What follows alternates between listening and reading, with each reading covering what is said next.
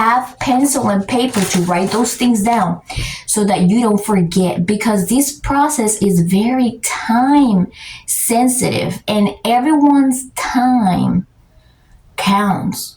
So if I ever stop posting surrogacy videos, I don't want to ever live without posting this one in specific. Why? Because this video right here is going to be talking about surrogacy diligence. It's basically all the responsibilities that all of the parties involved will have to make, and neither one of those responsibilities or due diligence should be dismissed or weighed more than the other. Let me explain. Welcome to the show, Sarah. This is Melissa, Tara's mom. You're going to be able to find this video in 3 playlists: IVF Infertility and Surrogacy Part 1, the other one Part 2, and my surrogacy journey. You're going to be able to find all the links to those videos in the description below. So whether you are an intended parent or a surrogate or an agency, it is very important to know that this is a 3-way relationship process, which means that it shouldn't be, if you are involved in a 3-party process, for example, agency, intended parent, and surrogate, we have to keep in mind that this is not a 1-way or a 2-way relationship. Let me explain. For example, there are things that need to be done before a certain process. Before you demand something from somebody, make sure that everything before that was originally met. For example, whether you were supposed to turn in a document, or whether you were supposed to turn in results, or whether you were supposed to be tested for something, it's important that you satisfy what comes first before asking for other things. An intended parent owes a report, for example, to a surrogate.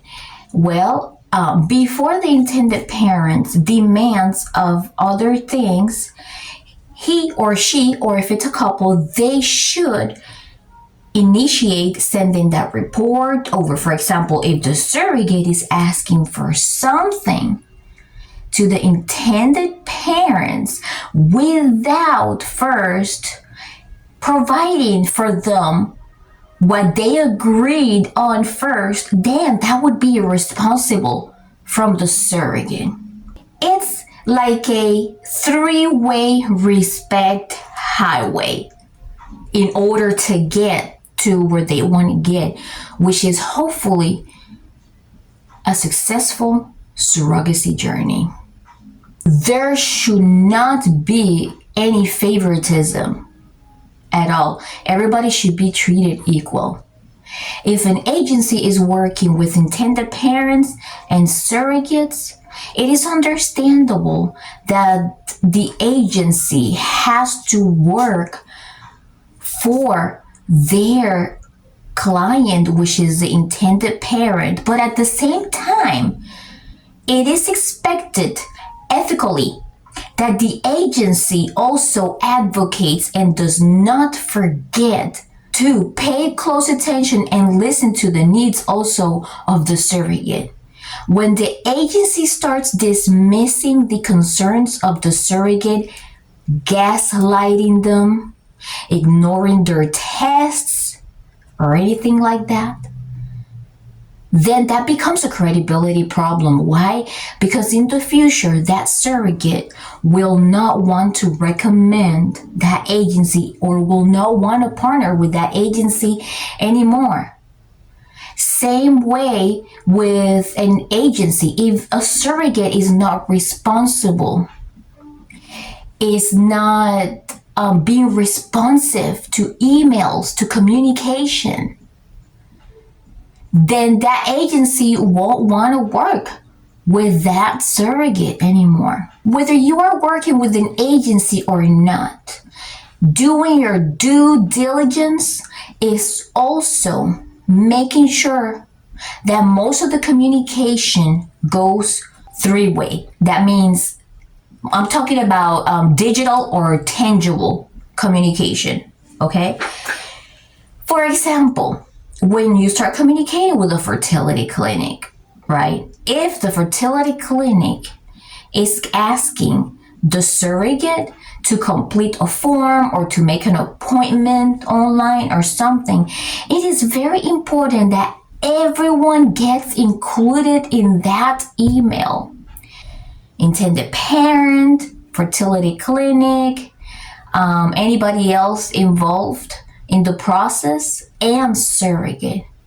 If, for example, surrogate is not included and surrogate depends entirely on the intended parent or the agency, the surrogate does not get a copy of that. It is very possible that the surrogate misses a very important instruction that if it's not done on time, it will automatically distortion the process, because everything is time sensitive and everybody here involved has their own life too. Everyone is putting a hold in their lives to be able to work for one common goal.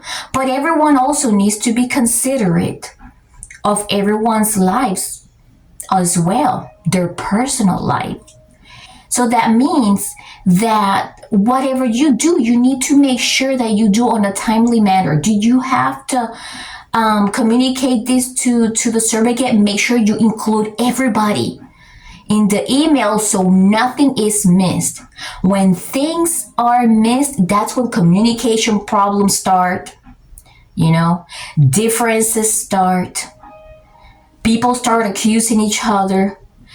It's very, very important that there is a three-way or two-way communication via email. And if you know someone that you think may need this, please send this to them, because this is something that may help fix relationships when it comes to the surrogacy process. Everyone is a team. Everyone needs to have responsibilities, and not one responsibility is less important. If the intended parent needs something, if the agency needs something, if the surrogate needs something, it should be taken with the same importance like anybody else. I do not know a lot on independent surrogacy journeys, because I have been exposed to so much to the dynamics of the surrogacy agencies. But if, for example, you are working independently, if you're doing an independent journey, it is very important that you become extremely educated, whether you're an intended parent or a surrogate. Become extremely educated in the surrogacy process and these steps. Watch a lot of videos, watch videos on, how it works with art risk to be able to get insurance if the surrogate doesn't have insurance.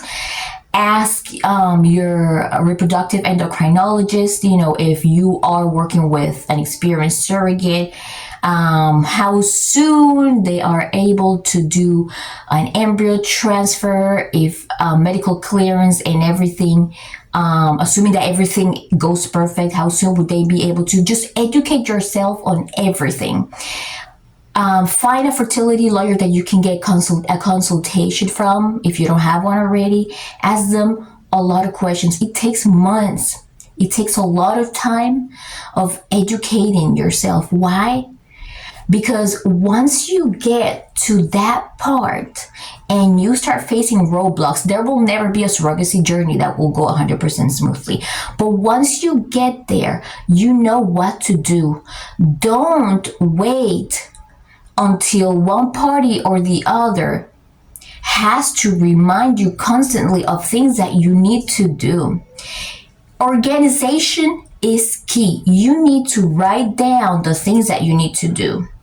For example, you have a certain task. Okay, I have to ask this question to the reproductive endocrinologist so that I can tell my surrogate the answer of it because she wants to know. Or for example, I am an intended parent. For example, my agency wants to ask the reproductive endocrinologist what are the requirements for surrogates. Do they stick to to the American Society of Reproductive Medicine guidelines, or are they more flexible? So all these questions that you get, it is the responsibility of the intended parents and the agencies or the surrogates, whoever it is, to satisfy that right away. Very important. Have pencil and paper to write those things down so that you don't forget, because this process is very time sensitive and everyone's time counts. It is very important. Believe it or not, in this industry, and I'm going to say it right here, there is a lot of very responsible people. Nobody's perfect, but there is both responsible and irresponsible. And there is both the ones that do this because they have to make a living and they're not as passionate about it, or they lost the passion for it.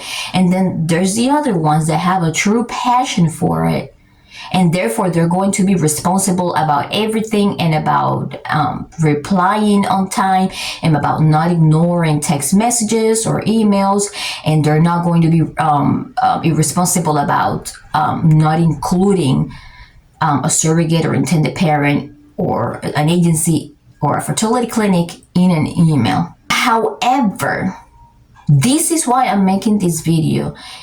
I know that I seem like, but if I ever, like I said, if I ever stop making these videos, I hope that the right people get to watch this. Why? I want to help you. I want to help you make this process as smooth as possible. And that is it. If you found this video valuable in any way, interesting, crazy, go ahead and hit the like button so that others are able to see. See you next time.